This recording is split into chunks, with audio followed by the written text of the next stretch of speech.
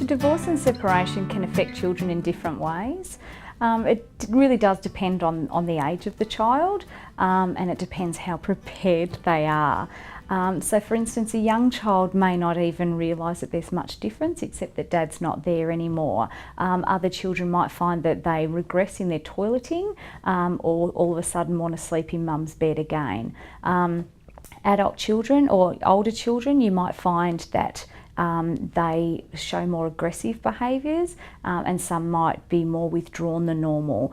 So it really does depend on the age and the child. Some of the common responses that that children can feel is obviously that the blame and guilt, that it's their fault that mum and dad have separated. They quite often feel helplessness because there's nothing that they can do to fix the problems.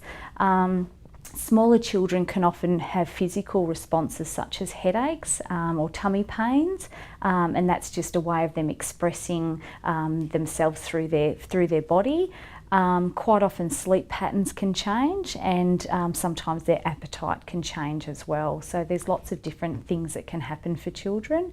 We do know that children can be resilient of all ages, and this happens more so when the children are supported by both parents, and the communication's there for both parents, and that they're supported and shown that both parents will love them regardless of what the change in circumstances are. We're often asked by parents what they should tell their children when they've recently separated. We find that the first thing that they should be asking is what the child already knows. Children really surprise us all the time with what they do know. They do overhear things, so it's best to ask them what they do know.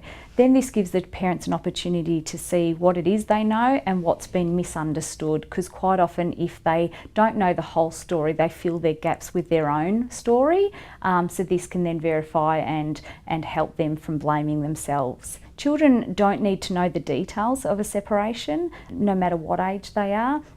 We really say for parents to keep their story simple. Children don't need to know that that parents are going to court to fight over visitation.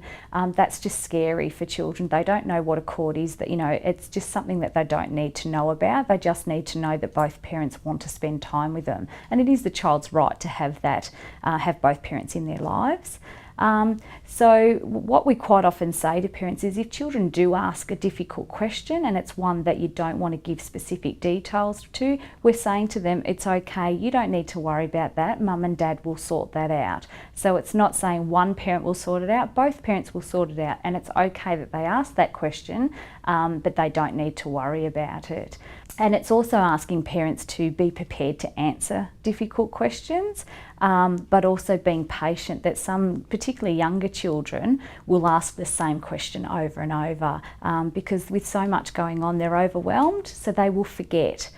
So just be patient and let them ask those questions over and over, and understanding that their feelings around the separation and divorce are very real to them, and what parents may disregard as being silly with some of their questions, they're questions that are really important to them. So they respect that and give them an honest answer.